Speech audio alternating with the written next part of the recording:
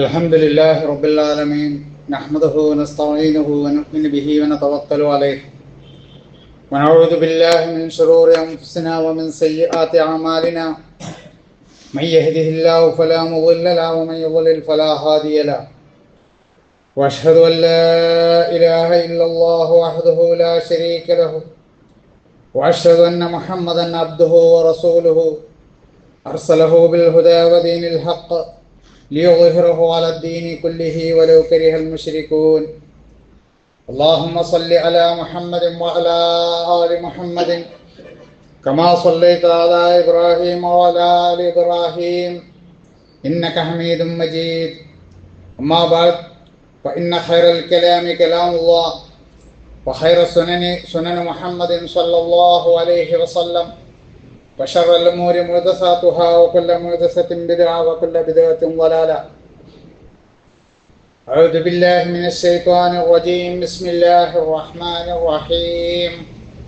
يا أيها الذين آمنوا اتقوا الله حق تقاته ولا تموتن إلا وأنتم مسلمون.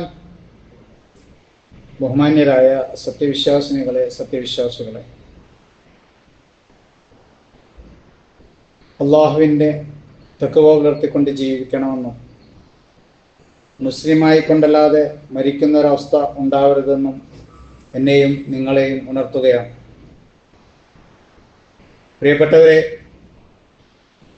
ഒരു വിഷയം പറയാമെന്ന് വിചാരിച്ച് അതിനെക്കുറിച്ച് നോക്കുമ്പോൾ അതിനിടയിൽ ഒരു വർത്തമാന പത്രം നമ്മുടെ മുമ്പിൽ വന്നാൽ ഒന്നിലധികം ഖുതുബകൾ പറയേണ്ടുന്ന വിഷയങ്ങളാണ് ഓരോ വർത്തമാന പത്രങ്ങളിലും വന്നുപെടുന്നത്. ഒരു ദിവസത്തെ ഒറ്റ വരിയിൽ ഇന്നലെ ഉണ്ടായിരുന്ന വാർത്ത,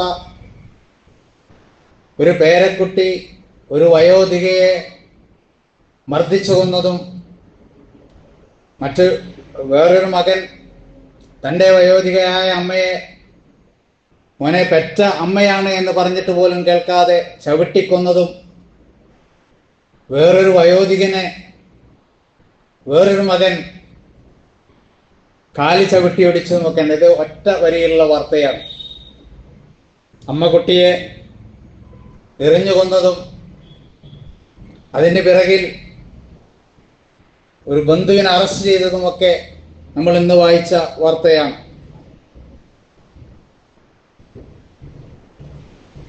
ഇതൊരു ഭാഗത്ത്. ഇഷ്ടമില്ലാത്തവരെ ഇരച്ചു നിരത്തുന്ന ED, അതിലെ ഉന്നത ഉദ്യോഗസ്ഥർ കോടികൾ കൈക്കൂലി വാങ്ങുന്ന വാർത്തകളും നമ്മൾ വായിക്കുന്നു.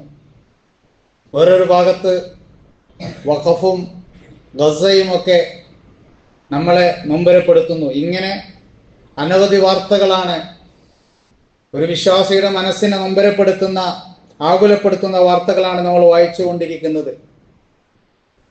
നായയെ തൊട്ടാൽ കേസെടുക്കുന്ന നാട്ടിൽ നരനെ തട്ടിയാലും പ്രശ്നമില്ലാത്ത ഒരു അവസ്ഥയിലാണ് കാര്യങ്ങളുള്ളത്. മനുഷ്യ മനസ്സുകളും പുതിയ പാതകളുമൊക്കെ ഒരുപോലെ വിണ്ടുകീറിയ അവസ്ഥയാണ് കാണാനുള്ളത്. സർവശക്തന്റെ മുമ്പിൽ അല്ലാഹുവേ, ഞങ്ങളുടെ അസ്വസ്ഥതകളും ഈ ദൃശ്യ പ്രശ്നങ്ങളും ഇല്ലാതാക്കി ഞങ്ങളുടെ മനസ്സിന് സമാധാനം നൽകണേ എന്ന് പ്രാർത്ഥിക്കുകയല്ലാതെ രക്ഷയില്ല. മഴ തുടങ്ങിയിരിക്കുകയാണ്. റോഡപകടങ്ങളും വെള്ളക്കെട്ടുകളുമൊക്കെ. ഇന്ന് ഒരു പള്ളിക്കുളത്തിൽ വീണ് മരിച്ചത് 2 മക്കളാണ്, പിഞ്ചോമനകൾ. അപ്പോൾ അപകട കാര്യത്തിലൊക്കെ നമ്മുടെ മനസ്സിലും കൂടി ഒരു ജാഗ്രത വേണമെന്ന് ആമുഖമായി ഉണർത്തുകയാണ്. ഇന്ന് പള്ളിയിലേക്ക് ഇങ്ങോട്ട് ഇറങ്ങുമ്പോൾ എനിക്ക് വന്നൊരു ഫോണ്, അടുത്തൊരു ബന്ധു നനഞ്ഞ തറയിൽ തെന്നി വീണ് എല്ല് പൊട്ടിയ വാർത്തയാണ്. ഇങ്ങനെ നമ്മൾ ശ്രദ്ധിക്കേണ്ട കാര്യങ്ങൾ ഒന്നുകൂടി ജാഗ്രതവത്താവാൻ സാന്ദർഭികവശാൽ ഉണർത്തുകയാണ്. ഇന്ന് നിങ്ങളോട് സംസാരിക്കാൻ ഉദ്ദേശിക്കുന്നത് മറ്റൊരു വിഷയമാണ്. നമുക്കറിയാം, വിശുദ്ധ ഖുർആനിലെ ഏറ്റവും വലിയ ആയത്താണ് ആയത്തുദ്ദൈൻ എന്നറിയപ്പെടുന്ന സൂറത്തുൽ ബഖറയിലെ 282 ആയത്ത്.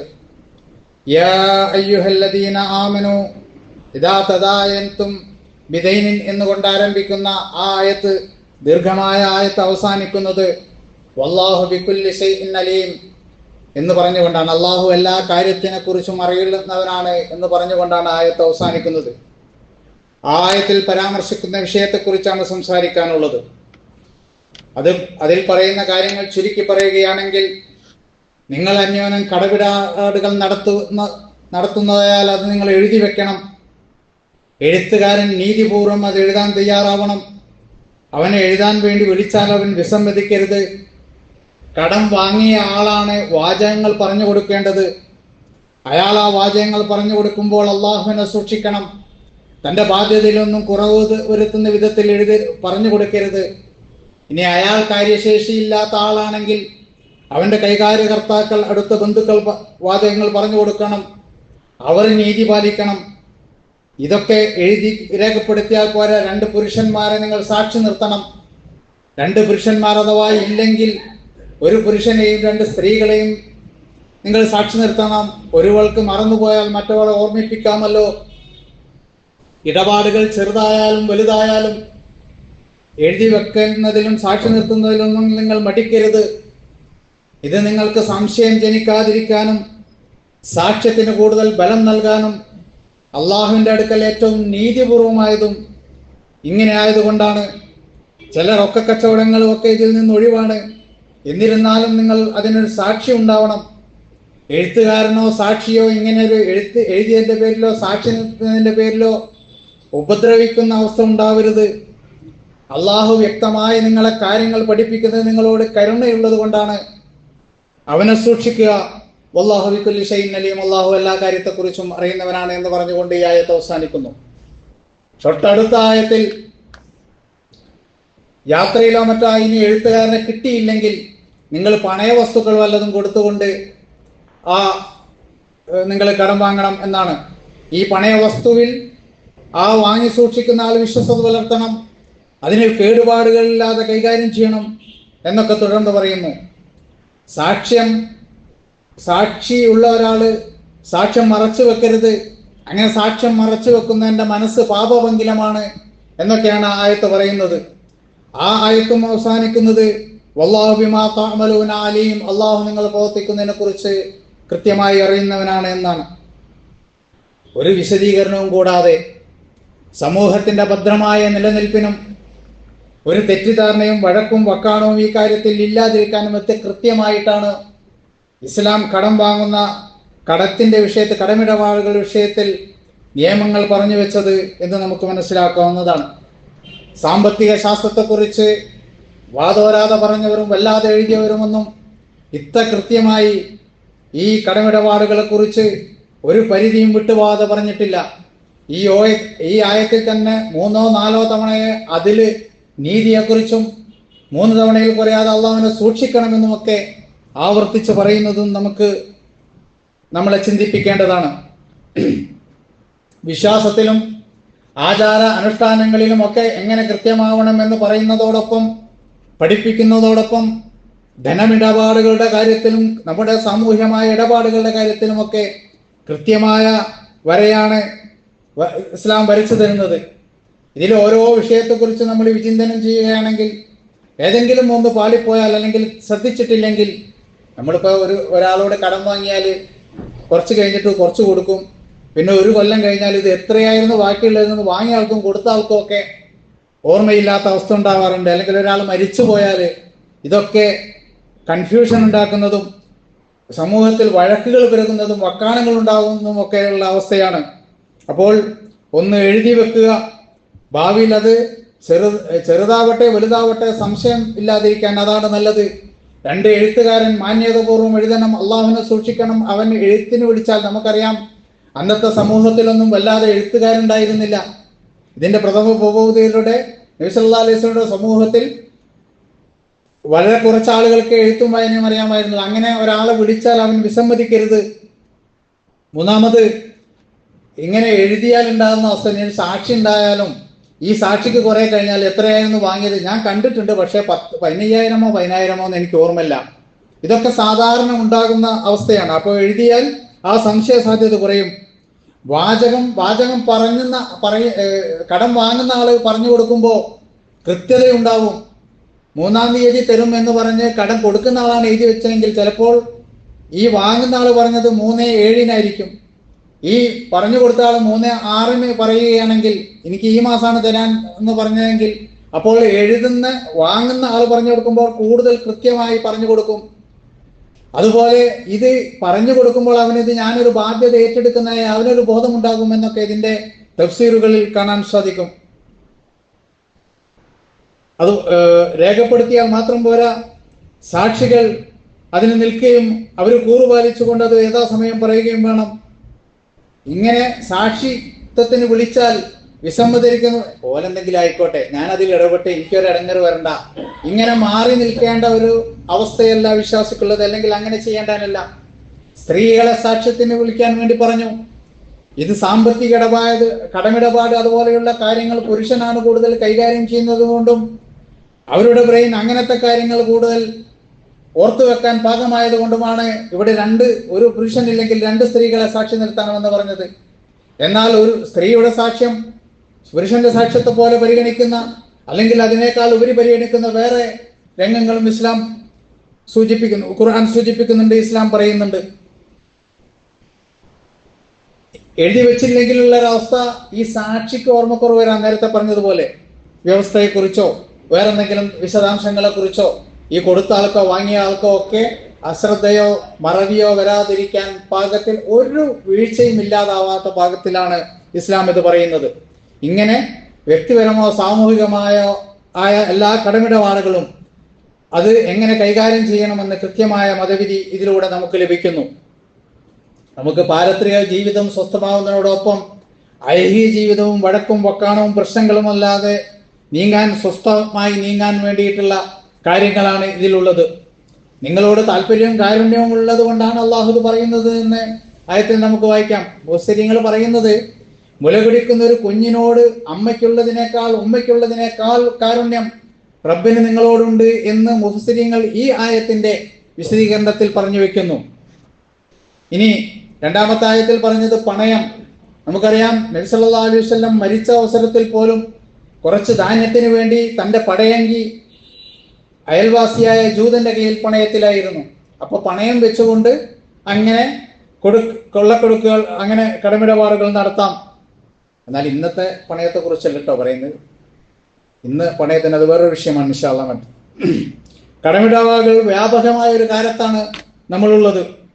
വളരെ അശ്രദ്ധമായും വിധിവിലക്കുകളൊന്നും പാലിക്കാതെയുമാണ് ഇന്ന് പലപ്പോഴും കടമിടപാടുകൾ ആളുകൾ കൈകാര്യം ചെയ്യുന്നത്. നമ്മുടെ ഒരു കടയിൽ പോയി ഒരു സാധനം വാങ്ങുകയാണെങ്കിൽ കുറച്ച് ചിലർ 2 റുപ്യ ആണെങ്കിൽ അത് പിന്നെ തരാം എന്ന് നമ്മൾ പറഞ്ഞിട്ടുണ്ടെങ്കിൽ അതിൽ പിന്നെ കൊടുക്കൽ നമ്മുടെ ബാധ്യതയാണ്. അല്ലെങ്കിൽ പിന്നെ തന്നാ മതി എന്ന് കച്ചവടക്കാരൻ പറഞ്ഞിട്ടുണ്ടെങ്കിൽ അത് കൊടുക്കണം. അല്ലെങ്കിൽ അന്നേരം തന്നെ അത് ഡിസ്കൗണ്ട് ചെയ്തിട്ട് അങ്ങനെ തരാം അല്ലെങ്കിൽ തന്നാ മതി എന്നൊക്കെ പറയുന്നത് നമ്മൾ വളരെ സൂക്ഷിക്കേണ്ടതാണ്. എനിക്കറിയാം, എൻ്റെ ഒരു സുഹൃത്ത്, അദ്ദേഹം മരിച്ചുപോയി, അള്ളാഹു അർഹമായ പ്രതിഫലം കൊടുത്തു. കുവൈത്തിൽ നിന്ന് ലീവിന് തിരിച്ചു വന്നപ്പോഴാണ് ഡയറി മറിച്ച് നോക്കിയപ്പോൾ ദൂരെയുള്ള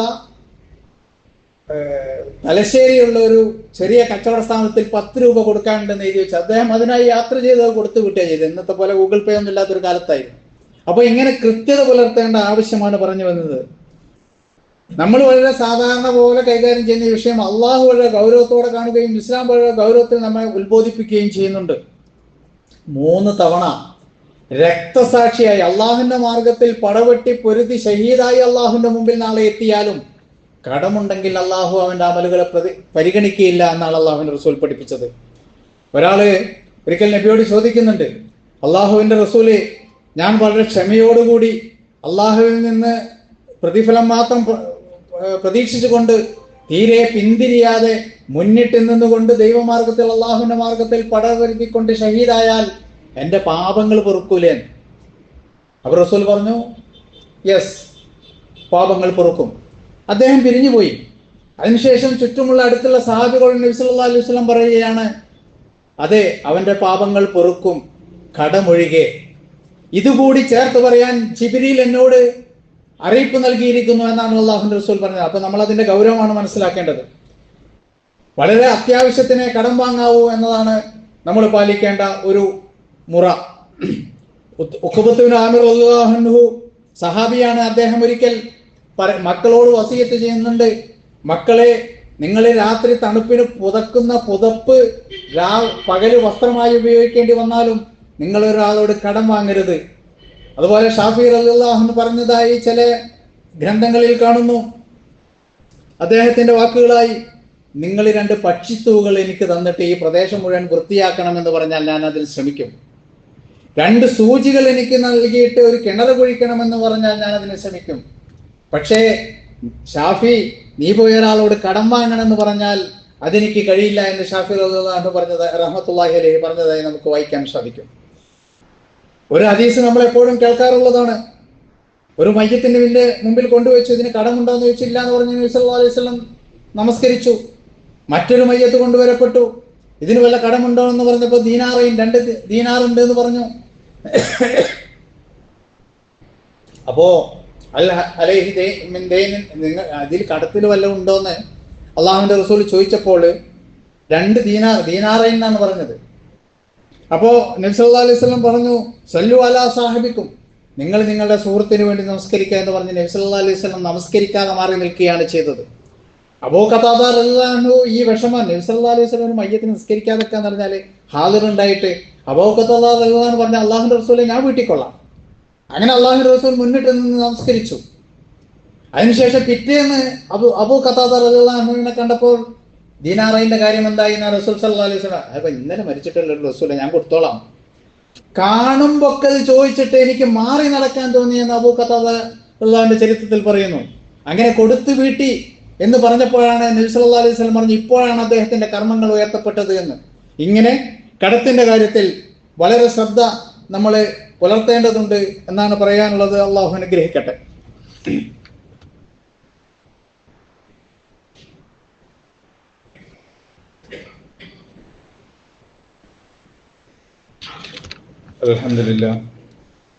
അൽഹംദുലില്ലാഹി ഹദാനാ ലിഹാദാ വമാ കുന്നാ ലിനഹ്തദിയ ലൗലാ അൻ ഹദാനല്ലാഹ് റബ്ബി ഇശ്റഹ് ലി സദ്രി വയസ്സിർ ലി അംരി വഹ്ലുൽ ഉഖ്ദതം മിൻ ലിസാനി യഫ്ഖഹു ഖൗലി.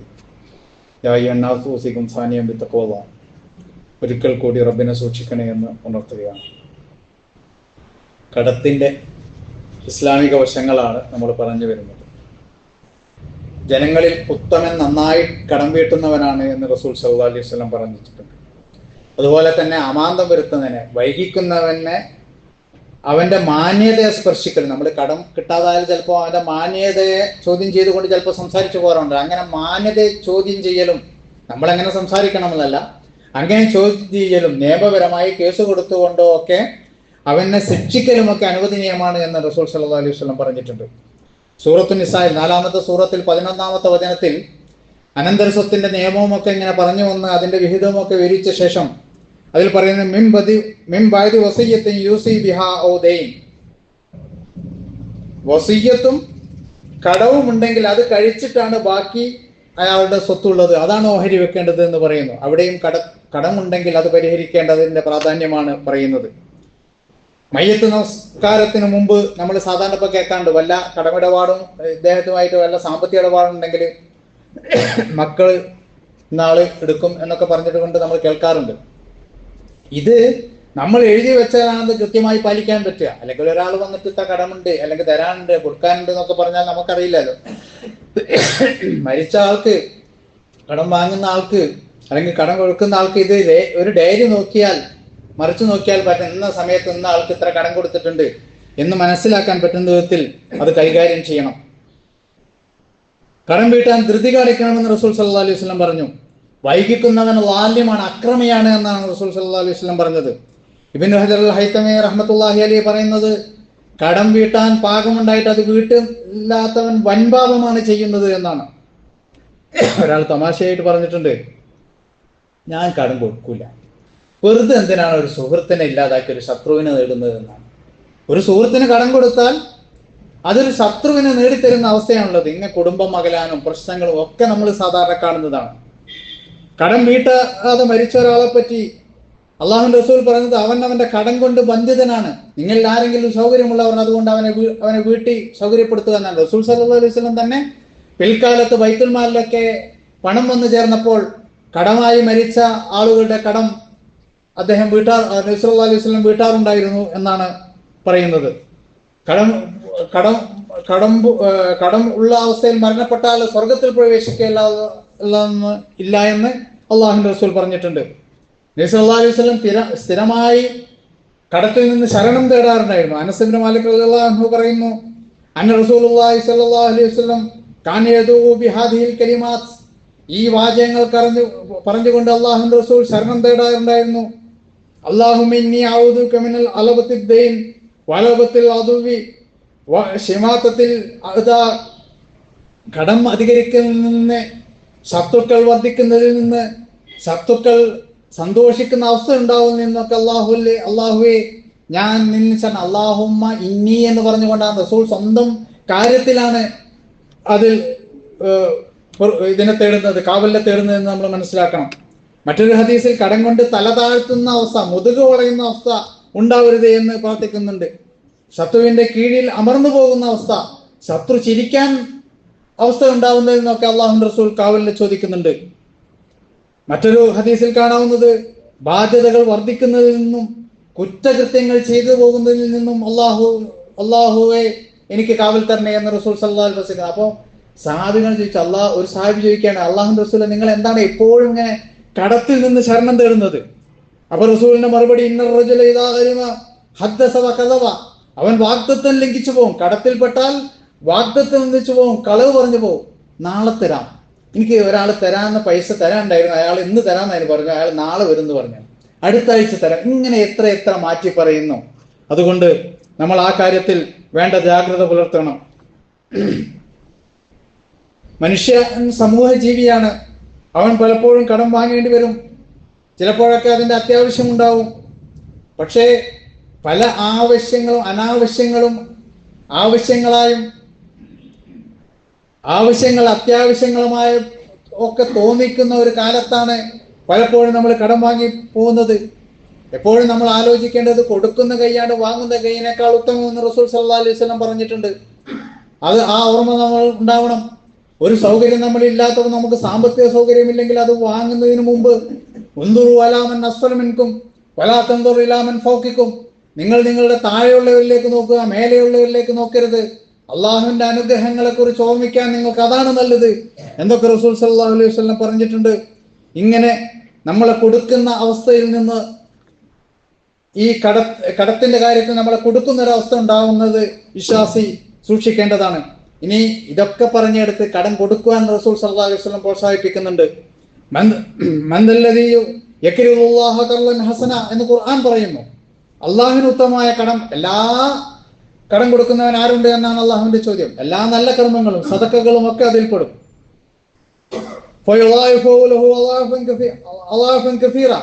എങ്കിൽ അള്ളാഹുവിന് ഇരട്ടികളായി തിരിച്ചു കൊടുക്കുമെന്ന് അബൂ ദഹദാ റളിയല്ലാഹു അൻഹു ഈ ഒരു വചനം ഇറങ്ങിയ ശേഷമാണ് 600 ഈത്തപ്പനകളുള്ള തന്റെ തോട്ടം അള്ളാഹുവിന്റെ ബറക്കത്തിൽ അള്ളാഹുവിന് ഞാൻ നല്ല കടം കൊടുക്കുന്നു എന്ന് പറഞ്ഞ് സദഖ ചെയ്തത്.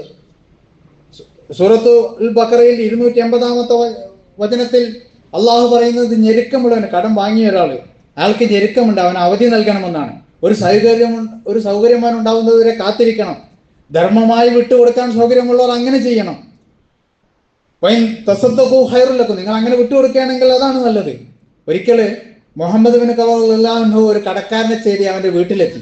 വിളിച്ചു നോക്കിയിട്ട് അവൻ പുറത്തു വരാതെ ഉള്ളിൽ തന്നെ ഇരുന്നു. അങ്ങനെ അദ്ദേഹം തിരിച്ചു പോന്നു. യാദൃശ്യമായ മറ്റൊരു വഴിക്ക് വേറൊരു സ്ഥലത്ത് വെച്ച് പിന്നെ ഒരിക്കൽ അവനെ കാണുകയാണ്. അപ്പൊ അവനോട് ഇതിനെക്കുറിച്ച് ചോദിച്ചപ്പോൾ ഞാൻ ഞെരുക്കക്കാരനാണ് എന്ന് അദ്ദേഹം പറഞ്ഞു. ഇത് സത്യമാണോ നീ പറയുന്നത് എന്നുള്ള അവനോട് ചോദിക്കുകയും സത്യമാണെന്ന് ബോധ്യപ്പെട്ടപ്പോൾ ഈ മുഹമ്മദ് ബിൻ ഖവാഫ് റളിയല്ലാഹു അൻഹു പറയുന്ന ഖിയാമത്ത് നാളിന്റെ ദുഃഖങ്ങളിൽ നിന്ന് രക്ഷപ്പെടുത്തുന്നത് ആർക്കെങ്കിലും സന്തോഷകരമാണെങ്കിൽ അവന് ഞെരുക്കക്കാരന് ആശ്വാസം നൽകട്ടെ എന്ന് അള്ളാഹുവിന്റെ റസൂൽ പറയുന്നതായി ഞാൻ കേട്ടിട്ടുണ്ട് എന്ന് പറഞ്ഞുകൊണ്ട് അവൻ അത് വിട്ടുകൊടുക്കുകയാണ് അദ്ദേഹം ചെയ്യുന്നത്. അള്ളാഹുവിന്റെ തണലില്ലാത്ത മറ്റൊരു തണലുമില്ലാത്ത മഹ്ശറയിൽ കടം നൽകുന്നതിന് അള്ളാഹു തണൽ നൽകുമെന്ന് വേറൊരു ഹദീസിൽ കാണാം. ഒരാൾക്ക് നബി സല്ലല്ലാഹു അലൈഹി വസല്ലമയുടെ കാലത്ത് ഒരു ഫലങ്ങളിൽ വലിയ ഒരു കൃഷിയിൽ വളരെ നാശം സംഭവിച്ചു, കടക്കണിയിൽ അകപ്പെട്ടു. ജനങ്ങളോട് അദ്ദേഹം നബി സല്ലല്ലാഹു അലൈഹി വസല്ലം നേരം അതിൽ അവന് വേണ്ടി സദഖ ചെയ്യാൻ പറഞ്ഞു. അങ്ങനെ കുറെ ആൾ സദഖ ചെയ്തു, പക്ഷേ കടം വീട്ടാനുള്ള പൈസയായില്ല. അത് കൊടുത്തുകൊണ്ട് ഈ കടം നൽകിയ ആളോട് ബാക്കി നീ വിട്ടുകൊടുക്കുകയെന്ന് റസൂൽ സല്ലല്ലാഹു അലൈഹി വസല്ലം ഇടപെടുന്നുണ്ട്. ഇങ്ങനെ കടത്തിന്റെ കാര്യം ഞങ്ങൾ മാറി നിൽക്കാതെ ഇടപെടേണ്ട അവസരത്തിൽ ഇടപെടാനും വിശ്വാസി മുന്നിട്ടിറങ്ങേണ്ടതുണ്ട്. സക്കാത്തിന്റെ വിഹിതം നൽകുന്നവരിൽ 8 വിഭാഗക്കാരെ സൂറത്ത് നൂറിൽ എണ്ണി പറഞ്ഞപ്പോൾ വൽ ആരിമീന കടം കൊണ്ട് പുറത്തു വിട്ടിയവർ എന്ന വിഭാഗത്തെ കൂടെ ഉൾപ്പെടുത്തിയതായി കാണാൻ സാധിക്കും. ഈ ജീവിതത്തിൽ ഒരു മുസ്ലിമിന്റെ വിഷമം ആരെങ്കിലും തീർത്തു കൊടുക്കുകയാണെങ്കിൽ പരലോകത്ത് അള്ളാഹുവിന്റെ വിഷമം അവൻ തീർത്തു കൊടുക്കും എന്ന് അള്ളാഹുവിന്റെ റസൂൽ പറഞ്ഞിട്ടുണ്ട്. ഒരു ദൈവദാസൻ അവനെ സഹോദരനെ കടം വീട്ടുന്നല്ല സഹായിക്കുന്ന അവസരത്തിലൊക്കെയും അള്ളാഹു അവനെ സഹായിച്ചു കൊണ്ടിരിക്കും. 2 തവണ ഒരു മുസ്ലിമിന് കടം കൊടുക്കുകയും ഒരാൾ കടം കൊടുക്കുകയും 1 തവണ അങ്ങനെ കടം കൊടുക്കുകയാണെങ്കിൽ 2 തവണ തന്നെ കൊടുക്കേണ്ടി വന്നു. അങ്ങനെ അതിൽ 1 തവണ അവന്റെ സദഖയായി ഈ കൊടുക്കുന്നതിന് രേഖപ്പെടുത്തപ്പെടും എന്നൊക്കെ പറഞ്ഞിട്ടുണ്ട്. അതുകൊണ്ട് ഈ കാര്യത്തിൽ വേണ്ട ജാഗ്രത പുലർത്തുക. ദുൽഹിജ്ജ മാസം ആരംഭിക്കാൻ പോവുകയാണ്.